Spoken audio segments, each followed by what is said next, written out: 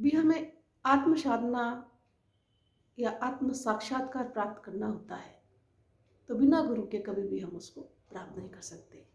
गुरु की आवश्यकता होती है। गुरु ही हमें सही मार्गदर्शन दे पाता है। गुरु हमें सही गलत की पहचान कराता है, ये तय है। तो ज्ञान के पिटारे में एक ऐसा ही प्रसंग आपके समक्ष, उम्मीद करती हूँ आपको पसंद आएगा।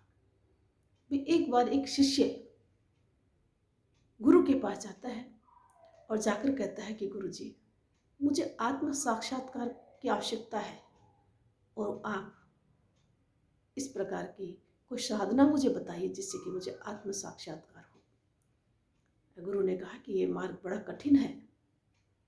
अगर तुम आत्म साधना करना चाहते हो तो ये क्रियाएं नहीं कर पाएगा। परंतु शिष्य नहीं माना और शिष्य ने कहा, नहीं गुरु जी, मैं हर कठिनाई को पार करके और आत्म साधना निश्चित रूप से प्राप्त करूंगा।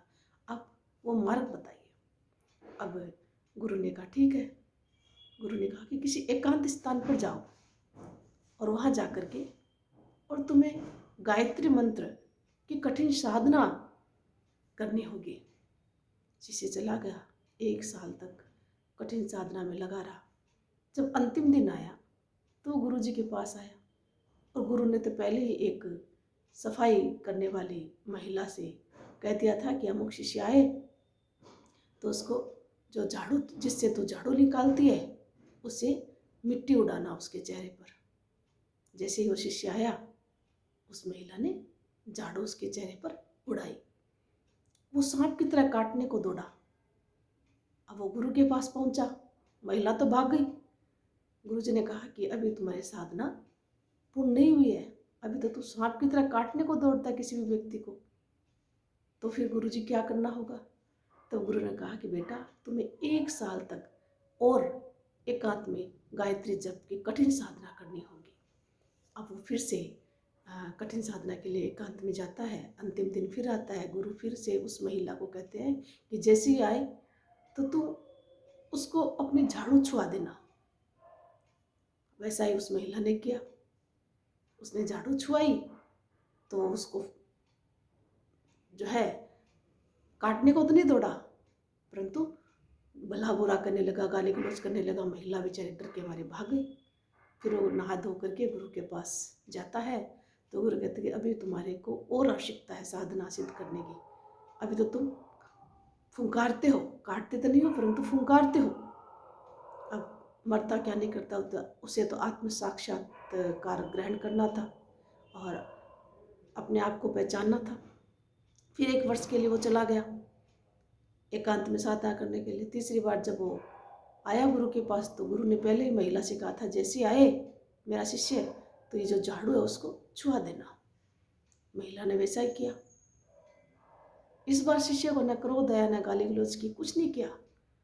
वो धैर्य के साथ घर गया, स्नान आदि करके गुरु के पास विनम्रता से आकर नतमस्तक होकर पैरों में गिर पड़ा।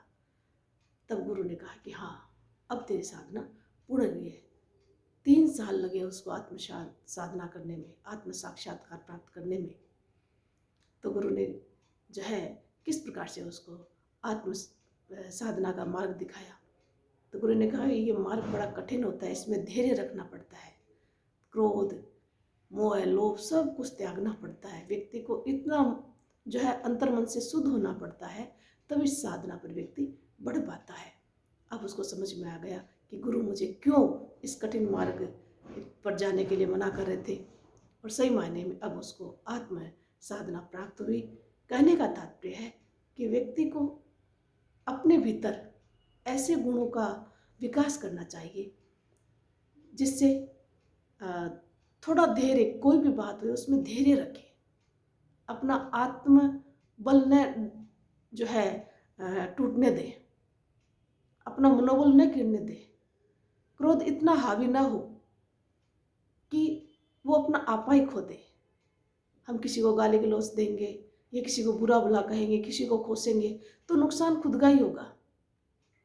तो इसलिए अगर व्यक्ति को इस मार्ग पर जाना है निष्काम भाव से, साधना के मार्ग पर, तो उसको निश्चित रूप से जो है इस प्रकार के जो है धैर्य की आवश्यकता होगी। तभी उसको जीवन में जो है सद मार्ग प्राप्त होगा। ऐसे ही हम लोगों को भी इसी प्रकार से अपने जीवन में धैर्य बना के रखना चाहिए। किसी को भला बुरा नहीं करना चाहिए, क्रोध को बस में रखना चाहिए। जब अगले को क्रोध आए या कुछ भी कहे तो उसको समझाने का प्रयास करें। और यही सच्चे मायने में जो है एक सीख होती है।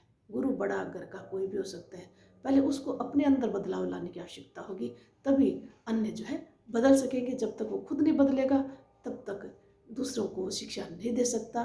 शिक्षा तभी देने के योग्य होगा जब वो खुद अपने अंदर बदलाव लाएगा। धन्यवाद।